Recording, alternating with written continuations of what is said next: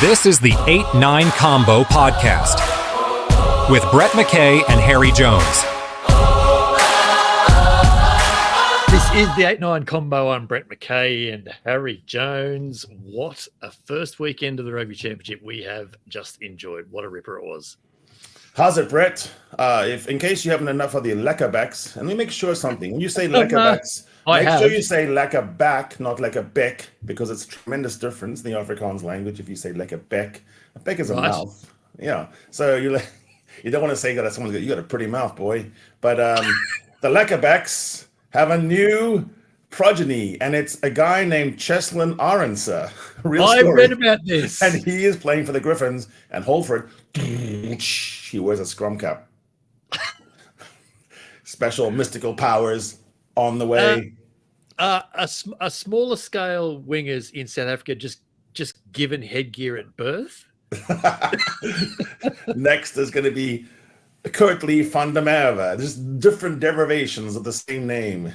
If we end up with a Makazole Dutoy, we might be in trouble. We might be in trouble. That might be a bit unusual, but we'll go with it. It might be. We're at episode 27 of the 8-9 Combo Rugby Podcast, our 50th episode overall, and we're really pleased to be brought to you across the Rugby Championship by Chasing the Sun 2, the wonderful 5-part all-access series documenting the Springboks' journey to their memorable 2023 Rugby World Cup win. And it's coming soon to RugbyPass TV worldwide. Simply head to rugbypass.tv and sign up free, and you can watch the first series there already. And it's fantastic, Harry, to be working with Gareth and Jack and the T&W team to help spread the love for what was a fantastic series. No, listen, people. I'll be serious now. This is the best rugby documentary that's been done so far. I'm hoping there's going to be many more like it. And Chasing the Sun 2 guys, Jack and Gareth, that's what they want to do. So let's all support them, gather around, and let's put rugby into that kind of elevated sphere where you can have great art. We have the best, interesting players, and Chasing the Sun really brings that across. I think if you sit down, I don't care if you've ever watched the Bucks before or don't like them, whatever, just sit down and watch the human beings that are involved in getting ready for a World Cup final and winning it. It's preposterous. It is. We said it at the time when we had Gareth on there a few weeks ago. It is just fantastic storytelling. So, do yourself an absolute favour. Time to start the rugby week, mate, with cheers and jeers from the weekend. And it is you turn to lead off, please. Cheers. So everyone knows, Brett, that you probably walk around your house in your Wallaroo underoos and you just say the words as you prance around barefoot. Sasha. Feinberg. Ngoma Zulu. And you do that while you do your various household tasks. So this week, our friend Shawnee Maloney had the unenviable task of saying that name a shitload of times. Whatever number of times he thought he was prepared for, it was 17 times more than that, because Sasha's quite the player. He's a gun. And so he and I had a little bit of chatter around how to do this. And I said, make friends with your amigo Gomez. Just make sure you get Senor Gomez in there, and then the and the Ulu just fall in line. Gomez Zulu. Instead of focusing on, but what happened was it was too much in his head, and poor Shawnee. I'm giving him cheers because he soldiered on. But yes. By the fourth or fifth time, he had slowed down to Sasha, and then he was scared. Feinberg? And a question, and then Gomez Zulu. Yes. And do you know who the casualty was in this? Who? It was Ben Jason Dixon. Yes. By the end of the game, was a guy called Ben with a surname Jason Dixon. He was the innocent bystander. He started calling him Jason Dixon. Like Jason Dixon became a thing. He did. He had an errant hyphen, is what he had. Hyphen moved around just like Ben Jason. No, that's a good call. And we laugh at this because Shawnee will be laughing at it himself. And he is excellent at names pronunciation. But he said to me, this is the hardest name he's ever had to deal with. Yeah, no doubt. Sorry, Shawnee. Be ready for Perth. My quick cheers for you, mate, is crowds. And tell me this, why does it matter how big the contingent of Springboks fans was in Brisbane on Saturday just gone, or will be in Perth this weekend coming? Australia's a multicultural country these days. They still pay for tickets in Australia, even if they have flown in from overseas. So why is a sellout crowd in Brisbane laced with green in the stands, still somehow a criticism of Australian rugby. I do not get this. It's actually what we need. So everyone says that the Six Nations, which has a lot of low quality games and often has 3 teams that are not very good. You saw how bad Wales is now. Is because you have Wales are a very good team. Yeah, sorry. The visiting crowds of Six Nations makes it. Exactly. It's wonderful to be in Murrayfield as I was, and you have a giant contingent of English fans, and they're singing and they're It's wonderful. So I don't know why anyone would begrudge the fact that there's a lot of Saffas living in Australia, and they wanted to go out and have a fun day. Great. The Argentina game in Sydney that I went to last weekend had a whole, almost like half the back end were all Argentinian fans, and it was fantastic. I don't get the criticism. Anyway, we're a week into the Rugby Championship, and already it's about second round revenge. Who can deliver it? Who can avoid it? Which countries can bounce back? So we've brought back a great rugby storyteller to get into the round 2 narratives. He's up next. He's up right now. In fact, it's a welcome return to the 8-9 combo for our favourite YouTuber by a decent margin, who after the Springboks record win in Brisbane on Saturday will undoubtedly be serving up another truly humble edition of the Rugby Update in his unmistakable voice. And so it is great to welcome back onto the pod online rugby commentator Riaan Louw. Hello, mate. How you doing? How's it going, guys? How's it going? I'm very happy to be here. This week, I will not be missing my video. I promise.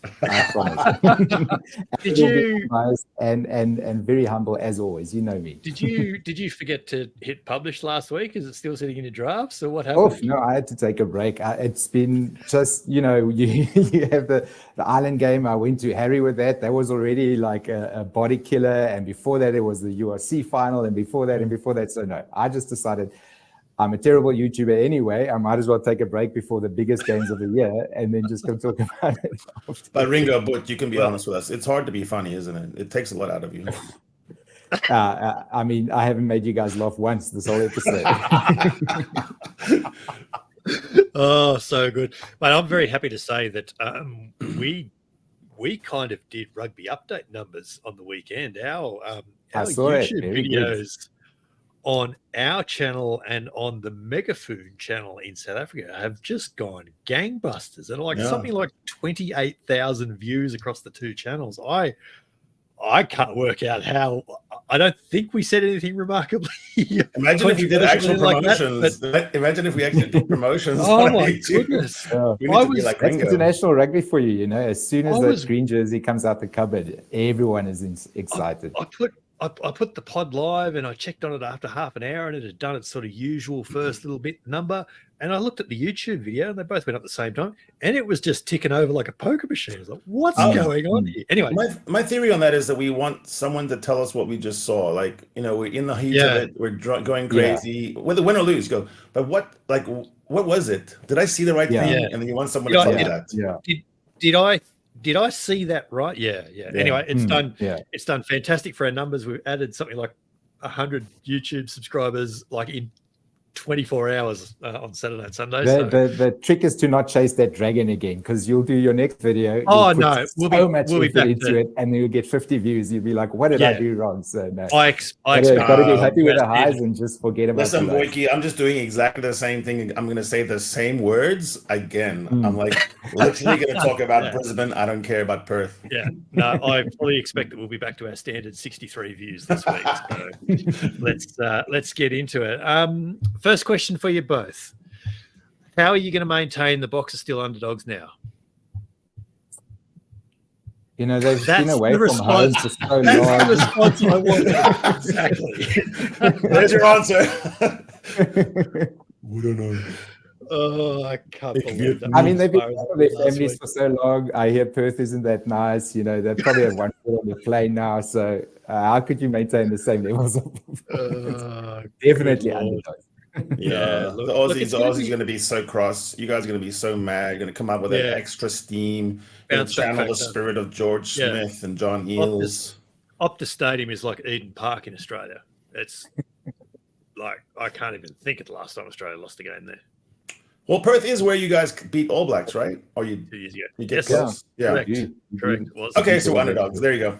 It is genuinely going to be interesting to see what round 2 looks like. Both squads we know are a bit beaten and battered. We know the Wallabies will be without at least 3. Nick Frost, Jeremy Williams have already been ruled out with concussion symptoms.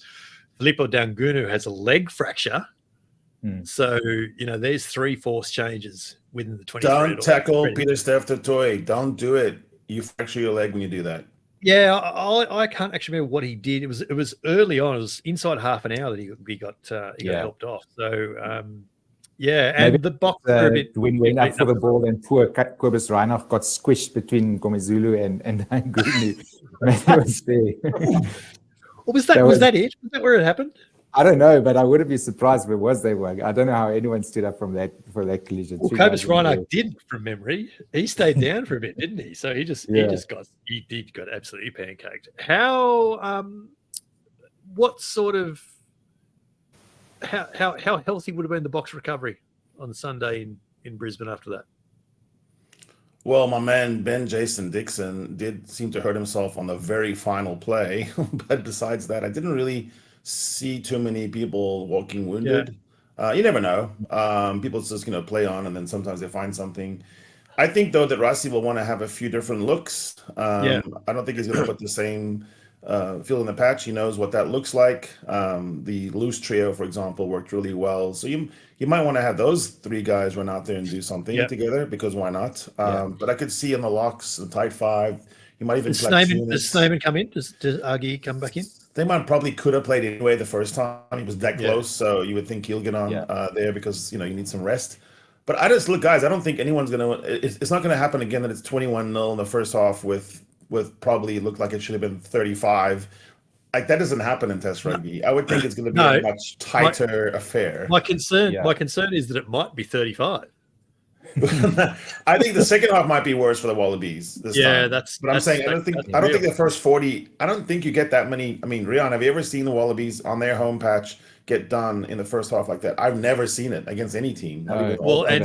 Especially not against us. It really looked like the ruck was their problem. It's been for so long. They just could not keep the ref off the whistle, and it just gave us so much ball. I can't imagine that they'll be that poor at the ruck again this next game. There will be adjustments, definitely.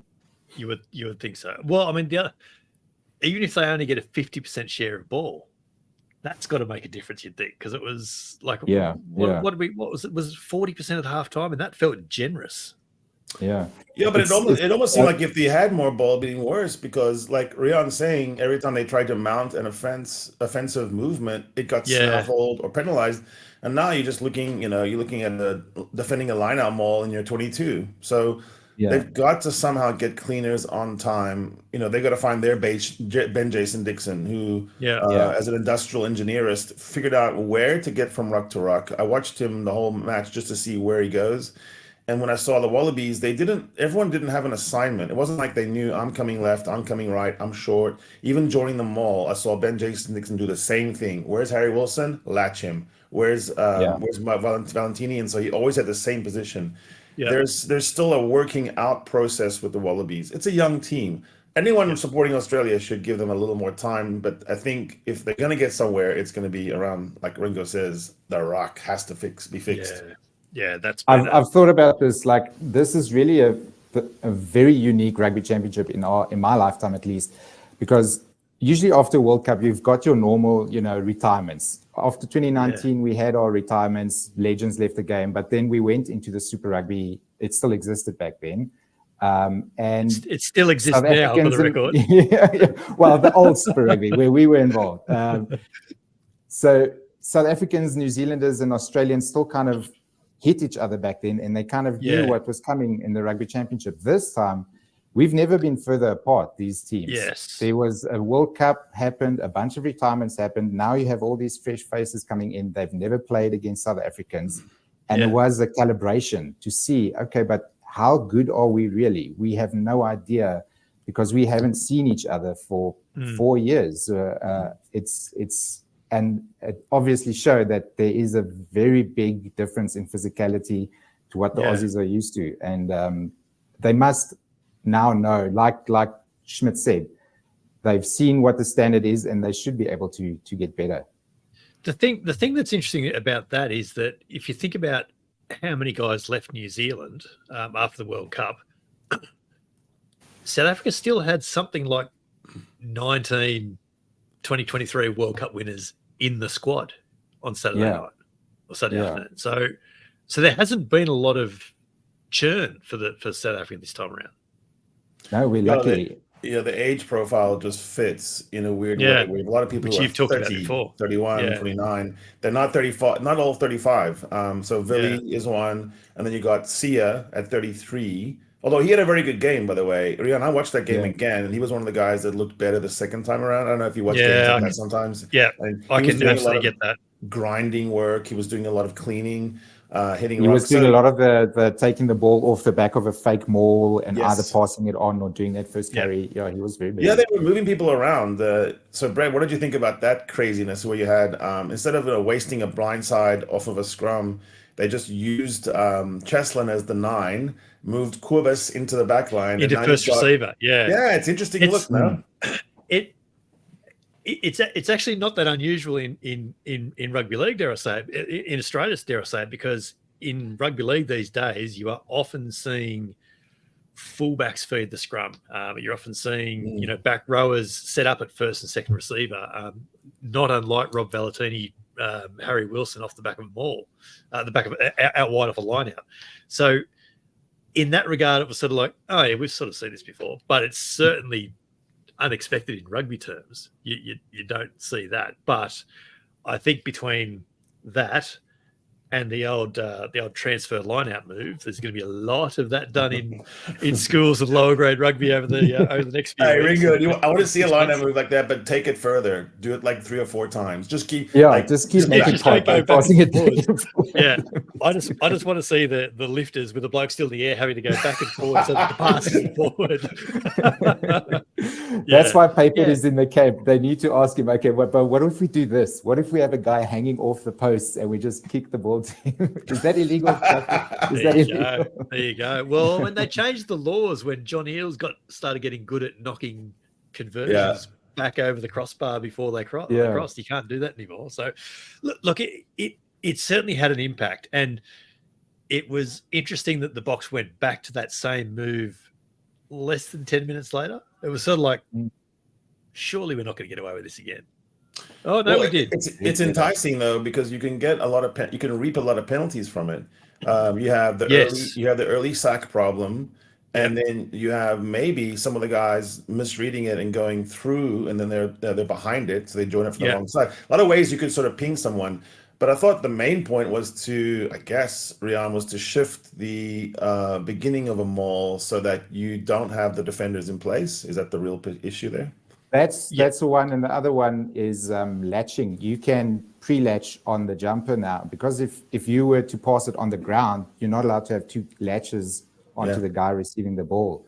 But if he's in the air, once he comes down, you already have 2 guys on him, so you don't have that issue with pre-latching, and you have more force going through the guy with the ball as well. So it is a way to shift the contact and ensure you have guys latching. I feel like I've seen a variation to this in the last 2 years, where jumper at the back and the pod at the front has stayed there. So they've managed to get gap in between the 2 pods.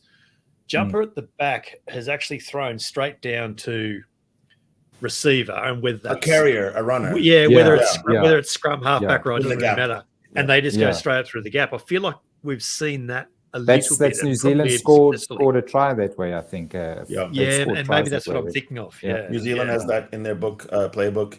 I think it's interesting how they varied that approach at the line out.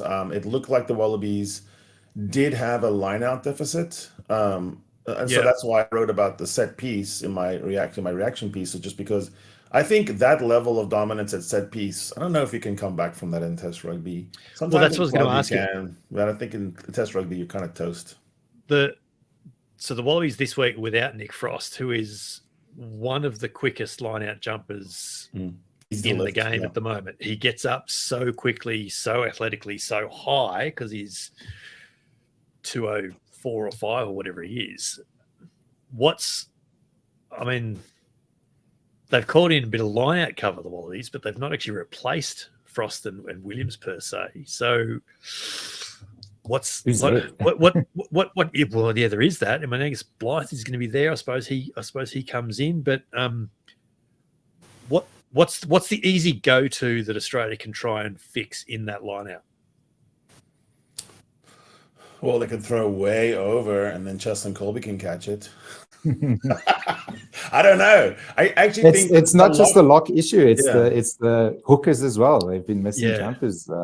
I don't know. I haven't checked what teams the guys are from. Or maybe you can pick guys from the same Super Rugby sides and try and get that. Yeah, kind of thing. they've played. They've played a lot of Test football. Yeah, so Fessler's from Queensland. Frost is obviously from the Brumbies. Lucan Salakai Lotos from the Rebels this year, heading to the Reds next year. So, but they've all been in squads and trained together for a month. So there should be some level of combination. Now, Pauline's been working with LSL at Rebels, and so there's that connection. I think it's the coaches I talk to, when you have a bad line out going on, you just have to have no pride. You just have to take your medicine and throw it to the number 2 jumper and do it as quickly as possible. And don't have any like huddles where you're chatting about anything. You just know that's where we're going. If you can get there, you can get there. If you don't, we don't. Yeah. Or don't kick it out. Just try and don't kick it out ever. There is that too.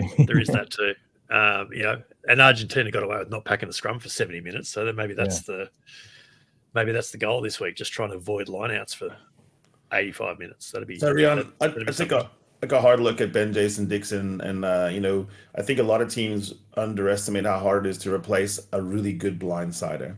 And with Peter Steph Toy, he's not old, but you're looking ahead now. You're saying, well, what if he doesn't make it to 2027? A lot of people were not talking about Ben Jason, or as Shawnee Maloney would call him, Jason Dixon. Jason Dixon. I take a look at him, and I think you've seen some of my other analyses of top lock, big forwards, and I just say, what's your involvements? And Ben Jason was good because he actually was on for 80 minutes, so I could get a nice benchmark. And the only guy that actually I've seen be more involved was Bakis Botha, and maybe Guido Petty, and then a hard worker Matt Phillip for Aussie fans. But the level of excellence was kind of bizarre for a not heralded player. 3rd team in the 11th grade at Paul Roos. And here he is coming just gangbusters. Did you take a look at him, and what did you think about that level of play, and how many teams like the Wallabies or the All Blacks would love that? That is such a big thing to have. It's like we've won the lottery. Not only has he got the engine that Peter Steph du Toit has, and the shortcuts on the field, but he's got the hyphen in just the right place as well. I mean, you couldn't ask for more. It's a transient hyphen. It moves. Yeah. It is winning the lottery. You couldn't be luckier. It is. I think we have to find a name. We've got lacquered backs now. We know that is a trope. No. This is not a name. This is not a thing. You can't fall into blindside or something. Lacquered backs. I watched how many times he was just in time on a clean. I think there were 4 times which was an ISO runner and he got there, but it was so quick how he reacted. And I know he did his industrial engineering thesis on failure detection of failure, literally. And so he's just running around going, where could a failure happen? And that literally is what the Wallabies need, is someone who just says, I don't care about the glory and the headlines. I'm just never going to let one of my carriers be snaffled.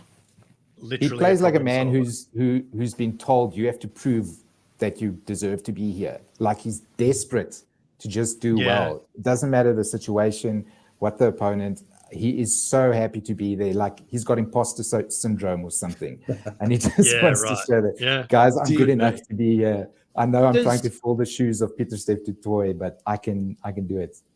Does he potentially force Russie's hand here at some point in the coming future? And is Peter Steph du Toit's future as a number 5 lock? Well, he could extend his career. Peter Steph could, because he would be the quickest lock on the pitch anyway, and it's a little bit easier to manage. You can see a lot more older locks running around. Yeah. And it made us a quicker team when you had that late change and you had Peter Steph go to lock. Now you have Eben, Peter Steph, Ben Jason, Sia, and Elwig. That was actually a really quick back five. It's a fast back five. So all the fallacies about, Michael Hooper was saying, run them off their feet. Like, okay, try. I don't think that's gonna work.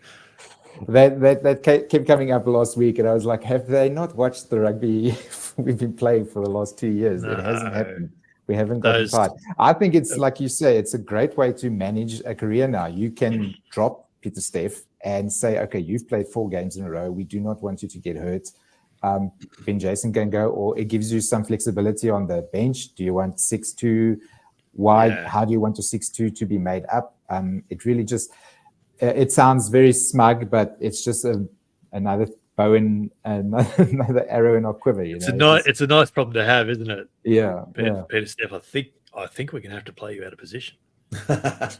What I liked about Ben Jason also was the height at which he played. So when we actually analyzed his tackles and counter rucks, he just gets down so low.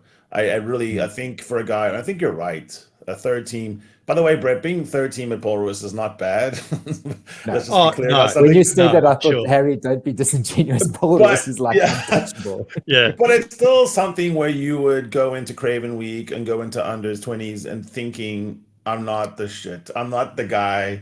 I don't have the crown on me. So I think that's right. I think that's a humble, like Joanne Smith kind of thing. I kept thinking when New Zealand was losing to Argentina, how many times I kept thinking about Jerome Kino and just having just your big bully who stands in the breach and says, no, Marcus Kremer, you're not getting anywhere. This is my pitch. Yeah.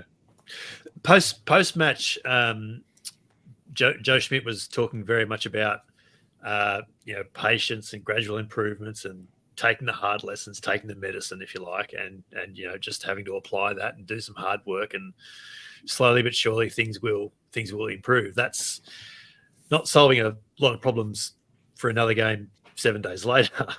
But conversely, Russie was talking about he was a little bit disappointed in places and some of the execution not being quite right. So that sort of, to me, sounds like an ominous, ruthless streak coming out, like a more ominously ruthless streak than he already had, even, which seems a bit. I think extraordinary. he would be disappointed in the cards. We keep giving away cards. And that's the thing. There was 3 there in the space of, what was it? I've got it written down here somewhere. It was almost 15 versus 12. Was it 15 versus 12 at any point? No, Marks went off in the 68th minute, Van Staden the 72nd. Yeah. Jesse Creel the 79th. So I think Marks was back on by the time Creel went off. Yeah. I think it was. We cannot get a handle on that. I think I saw this weekend. I posted that since the World Cup, we've gone 1 game without giving away a card, and most games we give away more than 1. The one we lost is the one we didn't give away a card. So maybe we should keep doing that. But the Wallabies are going a card a game in 2024. Yeah. I don't know if that's maybe just modern rugby, and you have to live with the fact that a card is just part of the game, and it's more often than not that you'll be without 15 guys on the field. But I would think that is the thing that's bugging him most of all is getting that discipline sorted out. It does seem like repeated infringements get you carded quicker now than it did in prior seasons. And so, to your point, but I don't mind Riaan, that. Frankly, it should happen earlier in games. No, I don't mind that either. But so that when you're in Camp 22, someone's got a real full-on attack, you're supposed to infringe. I mean, if you don't infringe at that point, your defensive coach is yelling at you. So you're going to do it. It's just a matter of avoiding the card. And you knew how to do that. You got 3 and like, okay, guys, now we don't. And it was smart. It's cynical, but smart. Now you get pinged you get carded on the 3rd. So now I think you have to recalibrate everything and say you only get 2 free bites. Final warnings. Yeah. Luke Pearce had a conversation with Alan Alatoa around about the 50th minute, I reckon, and it was only about 5 minutes later he was saying the same thing to Dutoy. So he sort of got there pretty early. Is Alan's second name also an A? I just hope that's true. Alan, Alan Alex, Arthur. Alator. Augustus. You want to be the first in Alator. every list in school. It's a good question. I'm going to try and remember that next time I see him. I've had great conversations with Al. We genuinely, after a Brumbies captain's run, we completely derailed a captain's run press conference while we're getting onto the topic of ice cream. I would think Joe Schmidt's big takeaway from that match, besides the things you've raised, would be, how can you not see Curtly Aronsa? Like, did he become invisible? I've never seen a try at test level like that, where literally there's just no possible way he can score, and he just emerged. Just found a way. Yeah. What are you both expecting to see from us? Like, there'll be adjustments. So what are you expecting Joe Schmidt will be able to conjure up for Australia this week? Accuracy at the rucks, first of all. I think there's, especially early on in the game, this is the fixable. You can't find another lock that easily. You can't find props that are world class that easily, but you can stop going off your feet at the ruck. So that's the stuff they need to, I think, sort out quickly. Get on the good side of the ref, and don't. It was so often where someone would come the third or fourth man, the ball secure, and he would just come around the ruck and fall on the wrong side of it. So that's the first thing I would try and fix. And then when you kick the ball, don't kick it so deep that no one can get to it. Or if you kick it shallow, make sure your defensive line is in place so that Ngomezulu can't just break wide and send the whole team down the side of the thing. So those are the coachables they need to fix. The kicking was poor, and then those ruck infringements, just sort that out, and it should be a lot easier.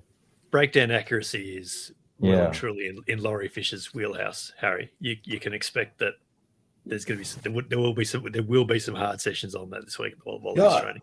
I think so. However, that's still affected by your opposition to somewhat. I think kicking game is the one where you can change the most. That's something where you can do something about. It's your own setup.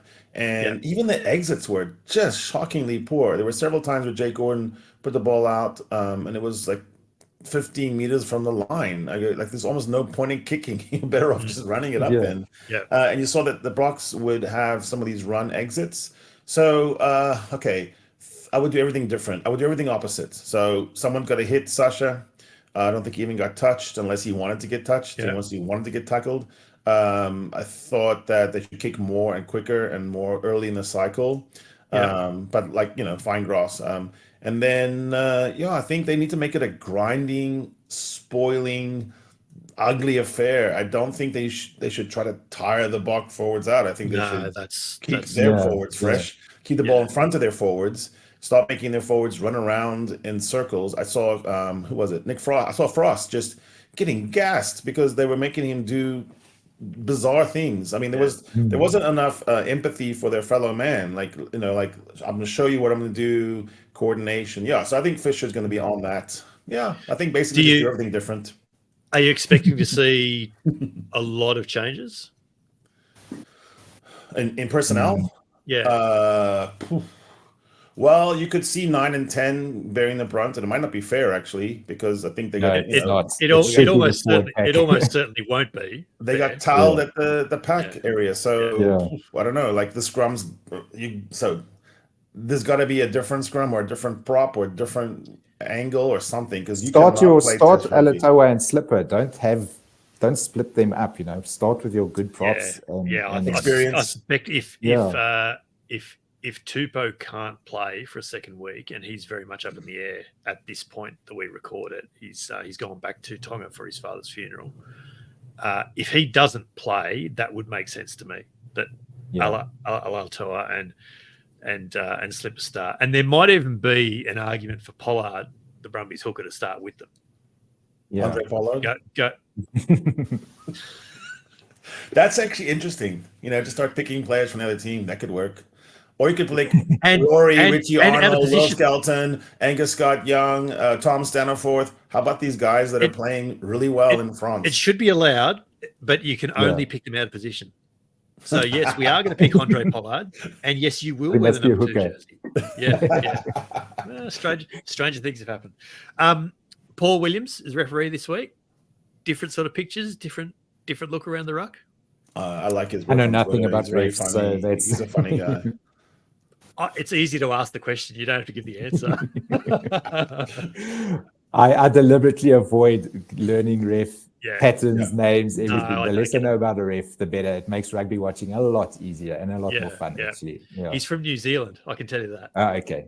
Yeah, People I should think try what I think, and I'm the same way. I just don't even want to say their names, but I would say that both. So I think the total count of penalties was 15-13-ish or something like Something that. like that. So both. Very So you equal, would yeah. think actually not so much about the referee, but both teams would have gone into this week saying we don't want to get penalties when we have the ball. Okay, so obviously sometimes you got to take a penalty, and we don't want to have set piece penalties. So hopefully we have one of those matches where it's 7 or 8 penalties, each instead of 15. You'd take 11-8 at this point, wouldn't you? Yeah, it was choppy. It was pretty choppy. It was. Yeah. It absolutely was very choppy. And there's our break. That's good. That's easy. Insert Chasing the Sun ad here. Yes. That's our money, Ringo. Great deal, that. Very Yeah. cool. Yeah. Harry, Riaan, New Zealand, Argentina was the boil over the weekend. And I'll repeat what I said on Saturday night, the test match post-mortem, Harry. I can't recall, and I watched the last 15 minutes of that game again on Sunday. I can't recall Argentina closing out a game so ruthlessly like they did. But New Zealand hardly had the ball in the last 10 minutes. Yeah. It was an incredible performance. Stuck in my mind was post Adelaide. Our friend Trev and I went to a bar in Adelaide, and we were watching on my phone while we were eating a pizza. The Pumas beat the All Blacks then. So that was 2022. Yeah, in Christchurch. And I started to think this weekend, are the Pumas their bogey team? I mean, like on Starting to feel like paper, it didn't look. Do you like want a stat? Do you want a stat? Yeah. Argentina have won 2 of their last 3 in New Zealand. That's phenomenal. Like that's actually very interesting. So I guess what I would say on the mentals, just the confidence factor, to your point, they're not afraid to win. That sounds weird. Yeah. They're not afraid to win. No, I know exactly. But I think winning in New Zealand has sort of sometimes been a spooky thing for people. And they go, now they're going to come back and beat us. And so I think the mystique is gone from the New Zealand side. I guess that's a sad thing, and something that makes you mad. Like our friend Martin Devlin's probably ranting right now somewhere. But I would say that they're not scary enough. They seem too nice a vintage. They still, on their day, can put so many points on the board. They scored enough to win, but they don't seem mean and malicious enough on defense. How much will it hurt the All Blacks scoring 30 points themselves and still losing a test match? Because that doesn't happen every Saturday. That's what you got to do to beat them. I think that's what Nino Albert said a few years ago. If you're playing in New Zealand, you need to score, I think, above 32 points if you want to beat them, because they will inevitably put 30 points on the board. That's out of the world. So it just feels, I cannot get out of my head Wellington 2018, just naivety from the All Blacks. The inaccuracy and the nonchalance of that, Artie Sevilla passing the ball back and then Damien McKenzie passing it back another 25 meters. That just feels like your head is not in the game. It's such a cliche to say. You are just looking around and thinking this will sort itself out, guys, instead of, no, you have to actually do something about this problem. It just felt like the All Blacks were thinking they will show up and win, and the same happened in Wellington. And the team that came in was more motivated, more accurate, and they just tackled them to pieces. It was so cool to see. Actually, I love it when Argentina win there. Yeah. What about bounce back factor this week, Harry? Because if there's something that we do know about New Zealand and the All Blacks, it is that they are a horrible team to play the week after a loss. Yeah, that's fair. That's fair, but that's a good question. But Argentina also won't care that much. I mean, Argentina's. No. If you're an Argentinian fan, what probably makes you the most upset is, I'm sure the team now is like, no matter what happens in the second match, we won. We won in Wellington. Yeah, exactly. And as Gus Creevy would put it, I can't say what he said. So he was so happy. He made a great point. F-bombs on TV. He did.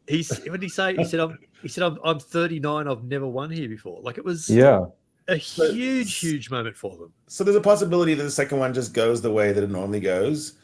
but it's still a problem. And I think All Black fans who are real All Black fans are actually saying that. And they're saying, why are we a team that's not to be feared anymore on our home patch? You know, Ireland clowns us, Peter O'Mahony's talking shit, and now the Pumas are actually almost looking forward to a game in New Zealand. I would think they would look forward to a game in New Zealand now. Yeah. Is there or have you guys noticed a concern amongst All Black fans knowing they've got to go to Ellis Park and Cape Town? Ellis Park, do you say? Yeah. I wonder who's going to be there. I wonder who's going to be there. And we I are would unbeaten think they so far. I look forward to that WhatsApp call at 4 a.m. Hey, I think your point, Brett, is that this lays out really badly for the All Blacks right now. Like if you're looking at it and you're saying, and you're Razor, so let's just talk about Razor because he's probably the guy who's waking up in the middle of the night and kicking things. There is a possibility here that he takes one, beat Argentina.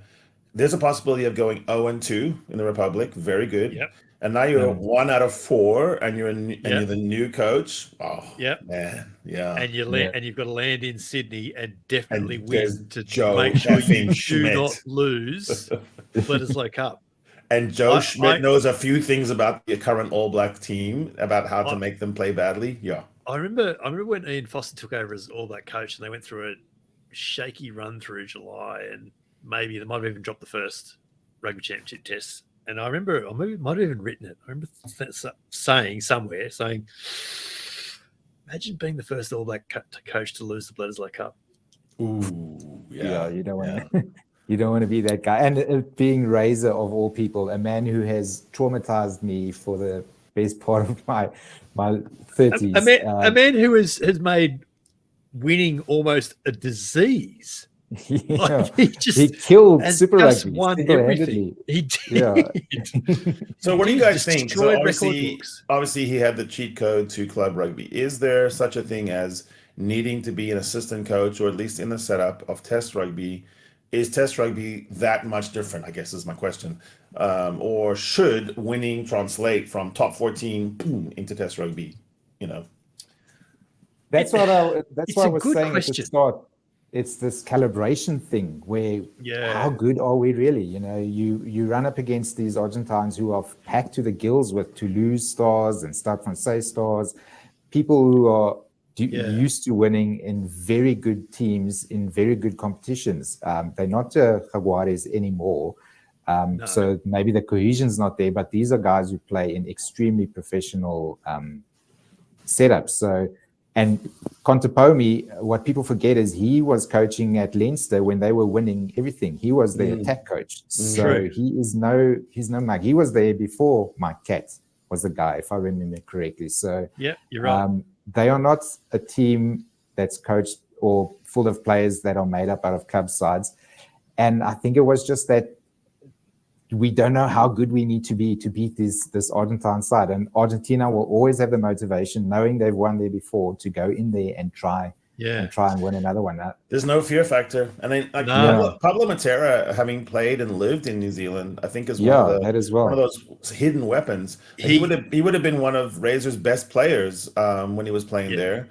And then I started thinking, there's a lot of guys on the Argentina team, and they're missing Boffelli and a couple of locks, Petty. There's a lot of guys on there that are the best players in their teams. I started going across it. Malia was sort of the top guy in his team. Sinti, Chocobares. You keep going down the list, and you go, whoa. Montoya was one of Leicester's best. If you could just have no scrums for 70 minutes, they're dynamite. That is actually a very, very big point, is the lack of scrums that absolutely killed them. They should have been scrumming. To the point, and we discussed this in the postmortem, to the point where Angus Gardner genuinely, at the point he told Blue 1 and 3 you're off, I'm sorry, guys, you didn't get to pack a scrum. If I'm Jordy Barrett, I'm just dropping it cold just to make a scrum in the first minute. I'm surprised an Argentinian prop didn't do that. If the other team drops it, just drop it again immediately. Don't try and play advantage or whatever. Just get we're definitely packing this. We're definitely packing this. Do we see any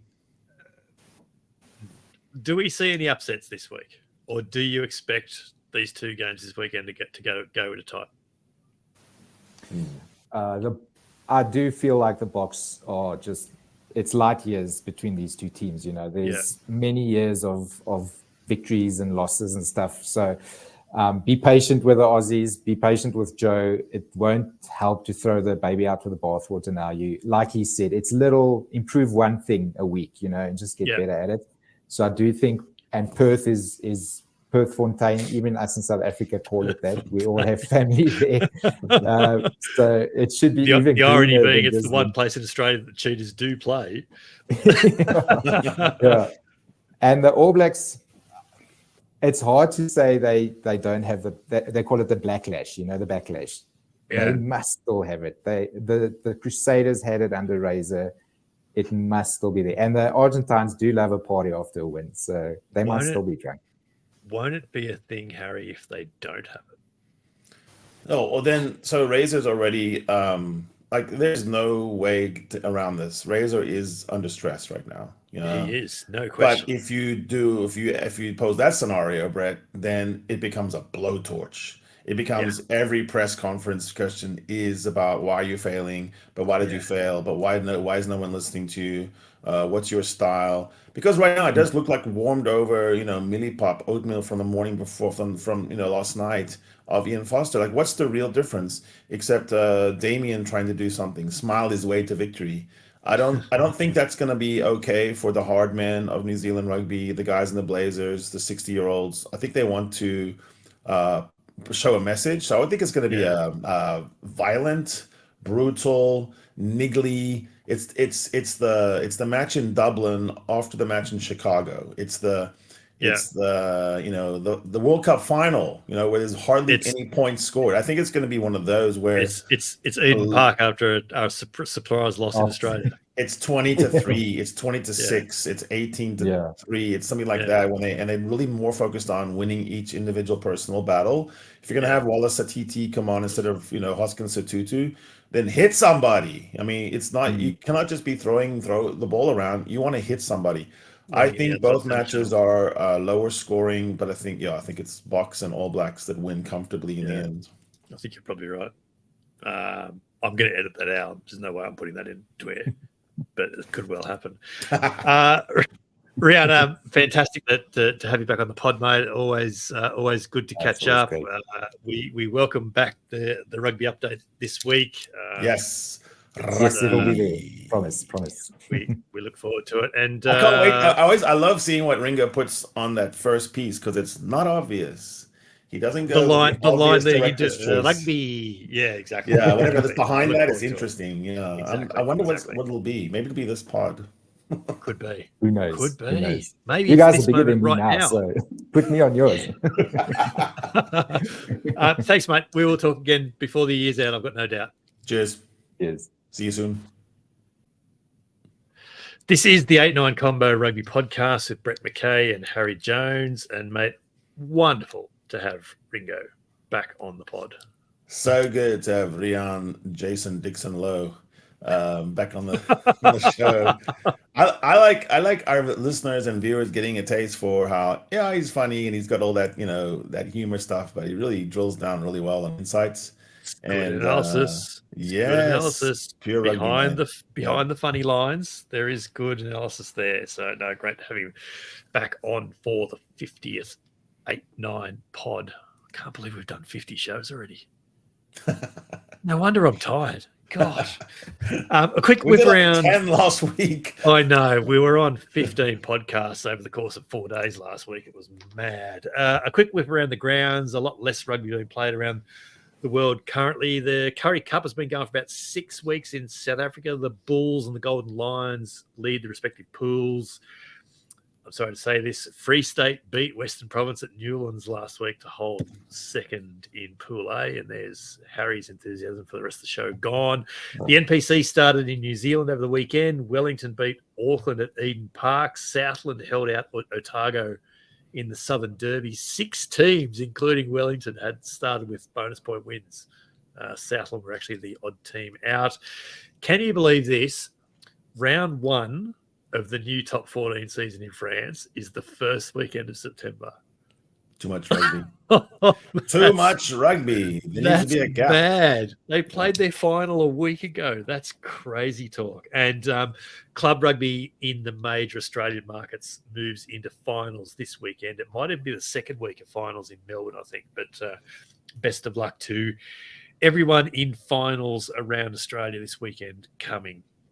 We'll be back with games of the week later in the week to kick off the Rugby Championship previews for this weekend's round 2 matches. And then the test match post-mortem is back on Saturday night, Australian New Zealand time, with our first thoughts on the Rugby Championship matches before we really digest what happened. So make sure you like, follow, subscribe, and make sure you don't miss a minute through the tournament. Straight into some headlines made of the last couple of days. And I've got sort of 2 interesting little headlines for you. The second one you'll know about. The first one maybe not so. RugbyPass last week reported that former Australian centre Kyle Godwin, who plays for Lyon in the top 14 now and won his one and only cap for the Wallabies against France back in 2016, is ready to join his former Western Force teammate and friend of the pod, Ian Pryor, in switching international allegiance to the country of his birth, Zimbabwe. Ian Pryor played in Zimbabwe's recent Africa Cup win. And so all of a sudden now the eligibility laws are working really well.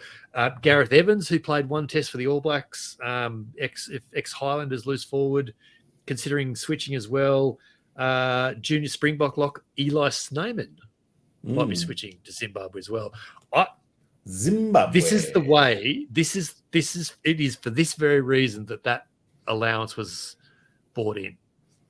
Good on Zimbabwe. That could be a decent team. They could trouble some people. It could be. And so they'll edge closer and closer towards Rugby World Cup qualification. The other point is that the Rugby Football Union in England announced late last week that Twickenham will be renamed Allianz Stadium in September. A multi-year deal has been struck on the back of, quote, significant long-term investment from German insurer Allianz, rumoured to be about £10 million a year, I believe. So Twickers will become the 8th Allianz Stadium around the globe, of which there is one in Sydney as well. I mean, you got to do it if you're on the board. You know, you hope it's not easy money. You hope the name is not some, like plastic surgeon, with a boob lift or something. But you joke. A stadium in Townsville genuinely for a couple of years was called something or other Smile Stadium because some orthodontics firm bought it out. Yeah. So Alliance is pretty respectable, I guess. How many stadiums do they need, though? For me, though, it's that you end up taking the money and then hopefully you still say Ellis Park or Kings Park. You don't really say. And so I know the commentators have to. But everyone else, we can just keep saying Twickers. BT Murrayfield is a classic example. So, we'll see. I mean, it'll always be Twickers, I think, for us. Some final thoughts for the week? What have you got for me? Oh, I just think Test rugby brings a whole new level of animal spirits and joy and pain and agony. It's all on display. I thought the Australian response, just from judging from comments back to either my posts or the article, were interesting. Like everyone was like, "Okay, we take this on. We thought this might happen." And then you have whatever the next thing is. Some people go, no, it has to be club competition, or Super Rugby is holding us back, or we've got to play overseas players. So you have these familiar camps. But I was struck by the fact that no one's running for the exit, and everyone was looking forward to seeing what happens next. So that's a good sign for Wallaby Rugby. Yeah, let's hope so. And look, I think above all else, everyone's hoping for an improved showing next week. It's probably easy to prepare for a game when and it's easy to say what's coming, but when you've just experienced it, then you really know what's coming and you can make adjustments. You're not making adjustments based on what you think is coming. So, let's hope that it is an improved showing this weekend in Perth. That then is episode 27 of the 8-9 combo done for another week, our 50th episode all told. Check out the show notes for the links to the 8-9 combo on Twitter and on YouTube, where so many of you have found us over the weekend, and where you'll find video versions of the podcast every week. Leave us a rating or a review wherever you can. And if you are subscribed to us on Spotify, jump into your settings and make sure auto download is on, and then you definitely won't miss us.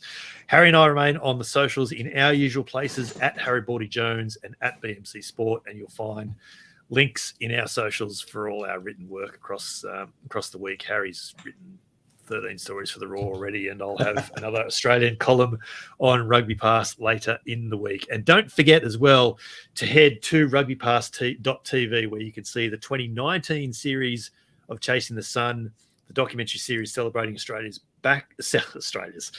Africa's back-to-back Rugby World Cup titles, and with the 2023 series Chasing the Sun 2 coming soon. So sign up for free and watch it wherever you are in the rugby world. This is the 8-9 combo, the short side set piece combination you didn't realize you needed, coming from the podcast double act you already had. I'm Brett McKay. He's Harry Jones. And we'll be back in your ears later in the week with the Rugby Championship edition of Games of the Week.